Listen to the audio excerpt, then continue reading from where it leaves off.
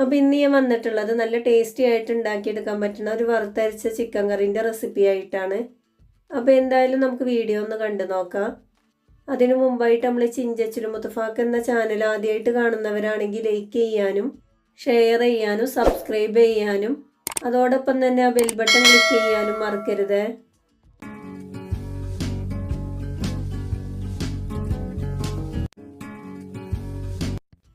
കറി ഉണ്ടാക്കിയെടുക്കാനായിട്ട് ഞാനിവിടെ ഒരു 500 gram chicken എടുത്തിട്ടുണ്ട്.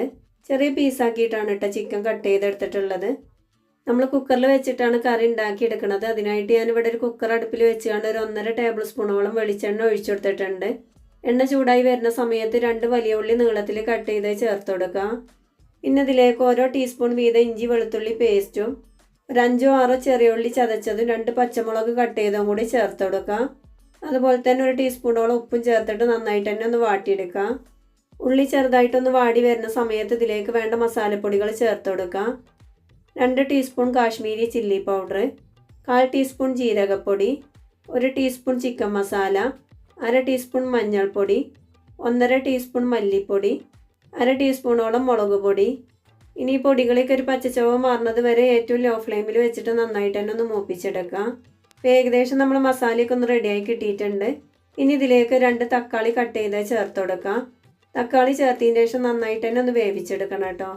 അപ്പോൾ നമ്മൾ ഉള്ളിയും തക്കാളിയൊക്കെ നന്നായിട്ട് തന്നെ ഒന്ന് വെന്ത് റെഡിയായി കിട്ടിയിട്ടുണ്ട്. ഇനി ഇതിലേക്ക് നമ്മൾ നേരത്തെ എടുത്ത് വെച്ച ചിക്കൻ ചേർത്ത് കൊടുക്കാം. ചിക്കൻ ചേർത്തതിന് ശേഷം 2 തണ്ട് കറിവേപ്പിലയും ചേർത്തിട്ട് നന്നായിട്ട് തന്നെ ഒന്ന് മിക്സ് ചെയ്തെടുക്കാം. ഇനി ഇതിലേക്ക് ആവശ്യത്തിനുള്ള വെള്ളം ചേർത്ത് കൊടുക്കാം. അപ്പോൾ ഞാനൊരു 1/2 കപ്പോളം വെള്ളം ചേർത്തിട്ടുണ്ട്. അപ്പോൾ ഞാനിവിടെ ചൂടുവെള്ളമാണ് കേട്ടോ ചേർത്തിട്ടുള്ളത്. ഇനി നന്നായിട്ടൊന്ന് മിക്സ് ചെയ്തെടുത്തതിന് ശേഷം കുക്കറൊന്ന് അടിച്ച് വെച്ചുകൊണ്ട് 2 വിസിൽ വരുന്ന വരെ ഒന്ന് വേവിച്ചെടുക്കുക. ആ സമയം കൊണ്ട് തന്നെ ചിക്കനൊക്കെ നന്നായിട്ടൊന്ന് വെന്ത് റെഡിയായി കിട്ടിക്കോളും. കറി വെന്ത് വരുന്ന സമയം കൊണ്ട് നമുക്കിതിലേക്ക് വേണ്ട തേങ്ങ ഒന്ന് വറുത്തെടുക്കാം. അതിനായിട്ട് ഞാനിവിടെ ഒരു കടായി അടുപ്പിൽ വെച്ചുകൊണ്ട് 2 ടേബിൾ സ്പൂണോളം വെളിച്ചെണ്ണ ഒഴിച്ചു കൊടുത്തിട്ടുണ്ട്. എണ്ണ ചൂടായി വരുന്ന സമയത്ത് ഏലക്കും പട്ടിയും ഗ്രാമ്പും ഒരു 1/4 ടീസ്പൂണോളം സാജീരകവും ചേർത്ത് കൊടുത്തിട്ടുണ്ട്. ഇനി ഇതിലേക്ക് ഒരു 3 വെളുത്തുള്ളി 4 ചെറിയ ഉള്ളിയും കൂടി ചേർത്ത് കൊടുത്തതിന് ശേഷം നന്നായിട്ട് തന്നെ ഒന്ന് ചൂടാക്കിയെടുക്കുക. ഇനി ഇതിലേക്ക് ഒരു മുറി തേങ്ങ ചിരകിയതും 1/4 ടീസ്പൂൺ മഞ്ഞൾപ്പൊടിയും 2 തണ്ട് കറിവേപ്പിലയും ചേർത്തതിന് ശേഷം ഒന്ന് വറുത്തെടുക്കുക. അപ്പോൾ കൂടുതലായിട്ട് വറവാകേണ്ട ആവശ്യമില്ല കേട്ടോ. ചെറുതായിട്ടൊന്ന് വറവാകണ സമയത്ത് ഫ്ലെയിം ഓഫ് ചെയ്യുക. അപ്പോൾ ഏകദേശം നമ്മൾ തേങ്ങയൊക്കെ ഒരു പാകത്തിനുള്ള വറവായി കിട്ടിയിട്ടുണ്ട്. അപ്പോൾ ഇത്രയും മതി. ഇനി ഫ്ലെയിം ഓഫ് ചെയ്യുക. ഒന്ന് ചൂടാറി വരുന്ന സമയത്ത് മിക്സിൻ്റെ ജാറിലിട്ടിട്ട് നന്നായിട്ട് തന്നെ ഒന്ന് അരച്ചെടുക്കുക. നമ്മൾ ബീഫ് കറിക്ക് നന്നായിട്ട് വറുത്തെടുക്കണ പോലെ ഒരിക്കലും ചിക്കൻ കറിക്ക് തേങ്ങ വറുത്തെടുക്കരുത് കേട്ടോ. അങ്ങനെ ആയി കഴിഞ്ഞാൽ കറി കഴിക്കാൻ അത്രയ്ക്ക് ടേസ്റ്റ് ഉണ്ടാവില്ല. നമ്മൾ തേങ്ങയൊക്കെ നന്നായിട്ടൊന്ന് അരച്ചെടുത്തിട്ടുണ്ട്. ഇതൊരു സൈഡൊക്കെ മാറ്റി വെക്കാം. അതുപോലെ തന്നെ ചിക്കനും നന്നായിട്ടൊന്ന് വെന്ത് കിട്ടിയിട്ടുണ്ട്.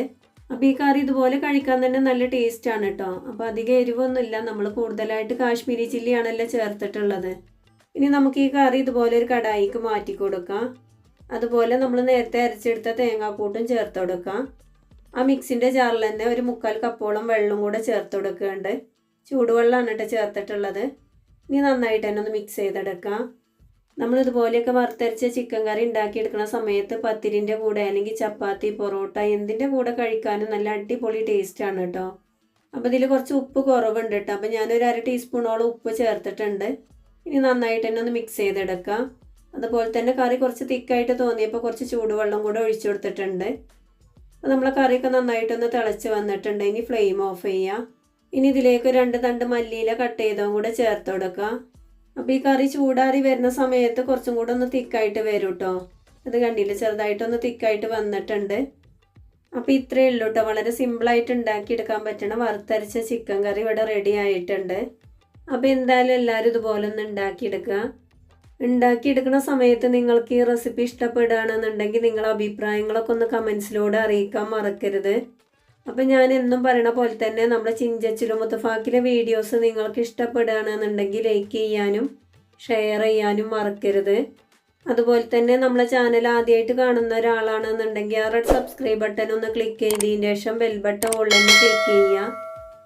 എങ്കിലേ ഞാനിടുന്ന വീഡിയോസിൻ്റെ നോട്ടിഫിക്കേഷൻ നിങ്ങൾക്ക് കിട്ടുള്ളൂ.